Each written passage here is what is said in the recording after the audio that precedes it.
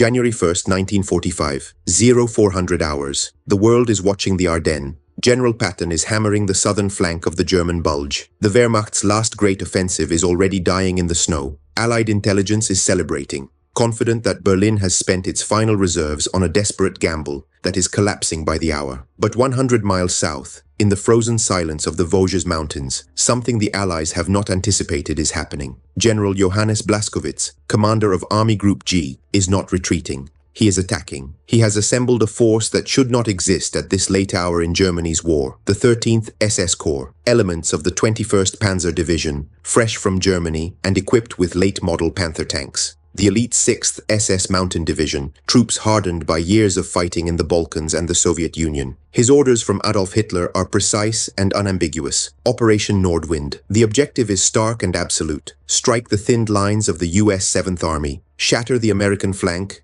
recapture Strasbourg, and prove that the German military machine is not broken. On paper, it is a masterpiece of calculation. The Americans have stripped this entire sector of heavy units, sending everything north to reinforce the desperate fighting in the Bulge. The 7th Army is overextended. The line is thin. Some American infantry companies are defending frontages of 3 to 4 miles, triple the standard doctrine, which means the line is not a line at all, but a series of desperate points of resistance waiting to be crushed by concentrated German force. This should work. This is supposed to work. But Blaskowitz is not celebrating. He is a professional soldier of the old Prussian school, trained in precision, not a fanatic clinging to Hitler's promises. He stands in his command post, studying the operational map with the intensity of a man who understands he is looking at his own defeat before it happens. And then he walks to the window. He looks out at the terrain. The Vosges Mountains stretch before him, snow-covered, vast, indifferent. Narrow, winding roads disappear into dense forests. Ravines cut the landscape into fragments. The gradients are steep. The ice beneath the roads is black and treacherous. And in that moment, Blaskowitz understands something that Berlin has ignored, something that no amount of superior armor or tactical brilliance can overcome. He is about to send 45-ton Panther tanks into a geographical meat grinder designed by centuries of geology to trap and strangle armor. He composes warnings to OKW. The terrain will neutralize our technical superiority, he writes. The mountains are not suitable for massed tank operations. The roads cannot support the weight of concentrated armor. I recommend cancellation. The response comes within hours. It is not ambiguous. General Blaskowitz, the Führer has decided. You will attack or you will be relieved of command. At 2300 on New Year's Eve, German artillery opens fire across the entire sector. By 2330, Operation Nordwind has begun. For the first 48 hours, it looks like Hitler was right. The Americans are reeling, falling back, their thin lines collapsing under the weight of the assault. But the mountains are waiting, and Blaskowitz knows what comes next. The initial assault is pure kinetic energy. When the German 361st Volksgrenadier Division hits the lines of the US 45th and 79th Infantry Divisions, the American front does not hold. It bends, it cracks. The defenders, stretched impossibly thin, cannot resist the concentrated weight of German firepower and numbers. To any observer watching the maps, it looks like the summer of 1940 all over again. Speed, aggression, shock. The Wehrmacht demonstrating once more why it had conquered France in 6 weeks. But look closer at the German columns moving south from the Bitche salient. In the Ardennes, Sepp Dietrich had rolling hills and roads that could carry an army. Here, in northern Alsace, the terrain is a nightmare of sandstone crags, forested ravines,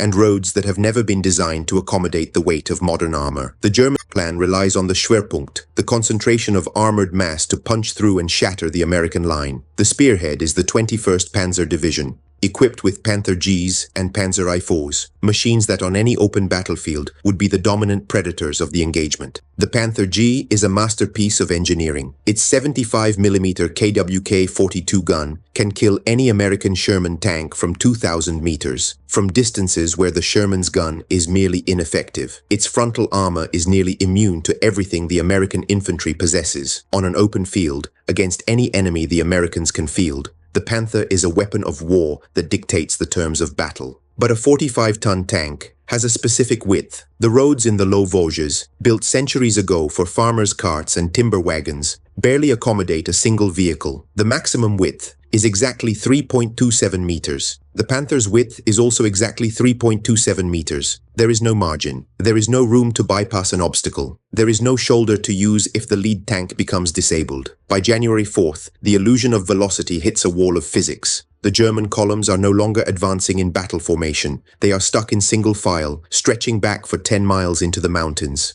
The industrial velocity that Blaskowitz had calculated as his greatest advantage, the speed that had conquered France, is dissolving into the mathematics of geography. 20 kilometers per day becomes 5. 5 becomes 2. 2 becomes 0. A Panther tank in a column is not a weapon of war. It is a traffic jam with a cannon. If the lead tank hits a mine, it does not get towed out of the way. The entire division stops. If the tank slips on black ice, if its driver panics and the machine jackknifes across the narrow road, the entire column seizes. There is no bypass. There is no maneuvering room. Behind every stalled tank, more tanks wait. Engines running, burning fuel, precious synthetic fuel manufactured under Allied air attack, fuel that was rationed before the offensive even began. Blaskowitz sits in his command post, reading the reports as they come in from the spearhead. The first invisible trap has already closed. The mountains are already eating the tanks, and they have not yet reached a single American gun position. General Alexander Patch, commander of the U.S. 7th Army, understands his position with the clarity of a professional facing impossible odds. He cannot hold his thin line against the weight of the German assault. His divisions are too scattered, too desperate, too outnumbered to mount a defense that will break the German advance. But he does not need to hold. He makes a calculation that is cold and elegant and absolutely correct. He trades space for time. He pulls his units back to the fortifications of the old Maginot Line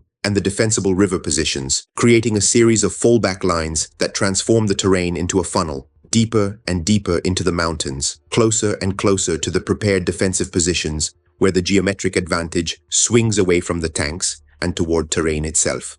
This is where the second technical failure of Nordwind is born. It is what might be called the geometric trap. The entire doctrine of German tank warfare is built on a single principle: long-range firepower. The Panther's gun, the optics of the tank, the training of the crew, all of it is optimized for engagement at 2,000 meters, from distances where the American gun cannot touch you, from ranges where German technical superiority means absolute dominance. But in the dense forests of the Vosges, forests that have grown for centuries, dense with pine and hardwood, thick with the accumulated growth of half a millennium, visibility rarely exceeds 200 meters. At 200 meters, the Panther's technical advantage evaporates like breath in winter air. At 200 meters, a bazooka team hidden behind a pine tree is just as lethal as a battalion of Shermans. At 200 meters, the complex calculation of armor and firepower simplifies to a single brutal fact: who sees whom first and who shoots first. Consider the battle for Vingen-sur-Moder. The SS Mountain Division troops, elite light infantry perfect for this terrain, infiltrate the medieval town in darkness and capture American supplies and American positions. They are experienced soldiers. They are trained for exactly this kind of fighting. But they need armor to hold the position against the inevitable American counterattack. Blaskowitz orders the panzers to advance into the town. The lead Panther enters the narrow streets. Medieval stone buildings press in from both sides. The gun barrel, 4 meters of steel hanging out from the front of the hull, is too long for the street. The barrel scrapes against stone walls. The driver is fighting the machine just to keep it straight. The ice makes steering a nightmare. The turret rotation is powered by the engine, and in a confined space, surrounded by buildings that hide American bazooka teams, the crew is blind and claustrophobic and trapped. An American bazooka team is waiting around a corner, hidden in shadows, waiting for exactly this moment. They fire. The shaped charge warhead punches through the rear armor. The Panther erupts in flames. The radio crackles with controlled calm. Panther down in Vingen, requesting support. The second Panther tries to flank through an alley. It gets stuck. Its width is too much for the narrow space. Another bazooka shot. Another tank burning. Village after village. The same story repeats. The panzers being geometrically dismantled by the simple fact that their width does not fit the space available, that their gun barrels are too long, that their armor means nothing when the enemy is hidden in the rubble of a destroyed building 50 meters away, close enough to touch. Blaskowitz watches the reports. Tank losses mounting. Not to American armor, not to superior tactics, but to the simple geometry of a French village street. The master race of engineering is defeated by the geometry of medieval town planning. While the tanks are dying in the towns, something else is happening in the valleys. The US Army is introducing the German panzers to what the Americans call industrial volume. The Germans possess terrifying weapons, 88mm guns, and Nebelwerfer rocket launchers, weapons that have earned their reputation through years of brutal combat against every enemy they have faced. But they have a fatal limitation that no German general can overcome. Every shell has to be counted. Every round is rationed. The supply lines are being strafed by P-47 Thunderbolts every time the sky clears, which means that every round fired is a round that might not be replaced. General Patch's artillery has no such restriction. The US 7th Army possesses unlimited ammunition. The Army has the VT fuse, the proximity fuse, a secret American weapon that detonates shells in the air above enemy positions. German soldiers have no defense against this. They cannot hide from an explosion hanging above their heads. The shrapnel rains down from above, with no countermeasure available. But the factor that matters most is simply the weight of fire. In the valleys around Reipertswiller and Hatton, the Germans concentrate their forces for the breakthrough. This is correct tactical doctrine, concentration of force. Blaskowitz watches the reports coming in from his division commanders. Battalion after battalion assembles in the draws, preparing to assault the American positions on the high ground. They are ready. The attack is about to be launched. The breakthrough is about to happen. Then the radio goes silent. US forward observers, positioned on the high ground, sometimes in the abandoned turrets of the Maginot Line itself, call in fire missions to corps-level artillery, 155mm long toms, 8-inch howitzers. Located kilometers away, these guns turn their barrels south and pour thousands of tons of high explosives into the narrow valleys. The rock faces of the Vosges amplify the shelling. A shell hitting a tree bursts into wood splinters that act like secondary shrapnel. A shell hitting rock bounces fragmentation back and forward and into ravines where German soldiers are trying to take cover. The German infantry is not fighting a battle. They are enduring an industrial excavation process. The Battle of Hetten-Rittershofen lasts 12 days, January 9th through January 21st, and it becomes one of the greatest tank battles of the entire war. The 21st Panzer Division finally reaches open ground and clashes with the US 14th Armored Division.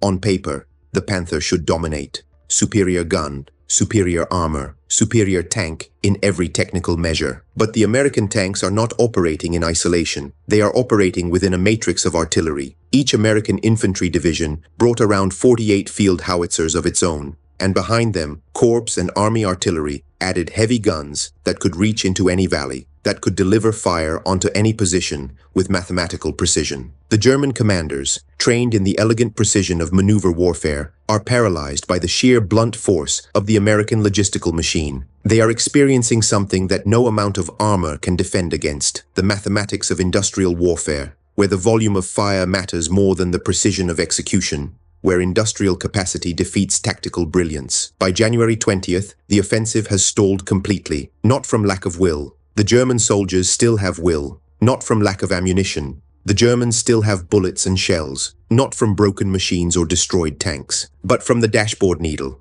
Operation Nordwind was launched with a fuel reserve calculated for a single scenario: victory. The entire offensive was built on an assumption that German tanks would break through the American lines, drive west toward the fuel dumps near Saverne and Haguenau, and capture them intact. This was Hitler's gamble. The entire operation bet everything on stolen American gasoline. But Blaskowitz knew the mathematics from the beginning. On a paved road, traveling at constant speed, a Panther tank burns roughly 2.8 liters of fuel per kilometer. But in the rough, snow-covered ground of the Vosges, climbing steep grades, navigating icy roads, constantly revving the engine to free stuck tracks, that consumption spikes to over 7 liters per kilometer. The delay in the mountain passes, those traffic jams where tanks idled for hours while recovery crews worked to free disabled vehicles, burned fuel at 5 liters per hour just to maintain engine temperature in the cold. The constant revving to power the turret, to rotate the guns, to maintain radio contact with higher command, all of it burned the reserves before the tanks even reached the main battle line. The artillery bombardment that followed only accelerated the consumption, engines screaming, constantly working against the blast waves and shock. By January 22nd, fresh German panzers are sitting silent in the forests of Alsace. They are fully armed. Their crews are trained and ready. The guns could still fire. The ammunition is still loaded. The armor is still intact. But the tanks are dead weight. The needle on the fuel gauge is on empty. The engines will not start. The machines become static pillboxes. The US forces, realizing that the Germans have stopped moving, simply maneuver around them or pound them with artillery until the crews, out of options and out of fuel and out of hope, bail out of the hatches and run. It is the ultimate humiliation for the Panzerwaffe, the most advanced tank in the world, defeated not by superior American armor, not by brilliant American tactics, but by an empty fuel tank, defeated by mathematics. On January 25, 1945, the order comes to halt Operation Nordwind. The offensive has failed.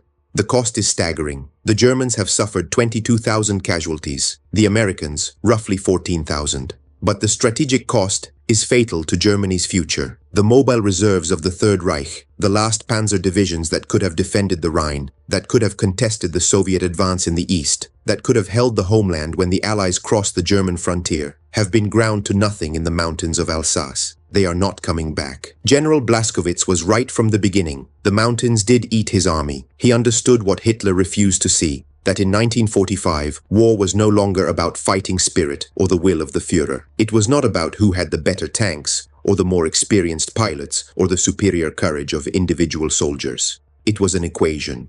Logistics times geography equals outcome. Industrial output divided by distance equals reality. The US Army did not need better tanks than the Panther. They just needed roads that worked. They needed artillery that never stopped firing. They needed fuel that never ran out. They needed ammunition that flowed from factories thousands of miles away, factories working day and night, factories that the Luftwaffe could not reach because German air power was already dead. Nordwind was the final proof that the German military machine, for all its technical brilliance, for all its engineering excellence, for all the individual courage of its soldiers, had become disjointed from the physical laws of war. They had built a race car for a track that did not exist. They had sent 45-ton predators into a cage designed by geography to trap them, and they had launched the offensive on fuel, calculated for a victory that the mountains had already guaranteed would never come. General Blaskowitz watched it happen from his command post. He had warned them. The mountains were waiting. And in January 1945, the mountains won. Thanks for watching Tales of Valor. If you learned something new about how industrial systems defeat tactical courage, please like and subscribe for more forgotten World War II stories. Tell us in the comments, would you rather command a Panther with no fuel or a Sherman with unlimited supply lines? Where are you watching from today? What other World War II stories should we cover next? Your engagement helps us continue bringing these untold narratives to light. Subscribe for more forgotten stories of World War II and the real lessons of industrial warfare. We explore history through the lens of those who lived it. German commanders discovering why courage could not defeat systems. Japanese officers realizing that tactical excellence meant nothing against industrial supremacy. American soldiers understanding that wars are won in factories, not on battlefields. Keep the history alive. We'll see you in the next one.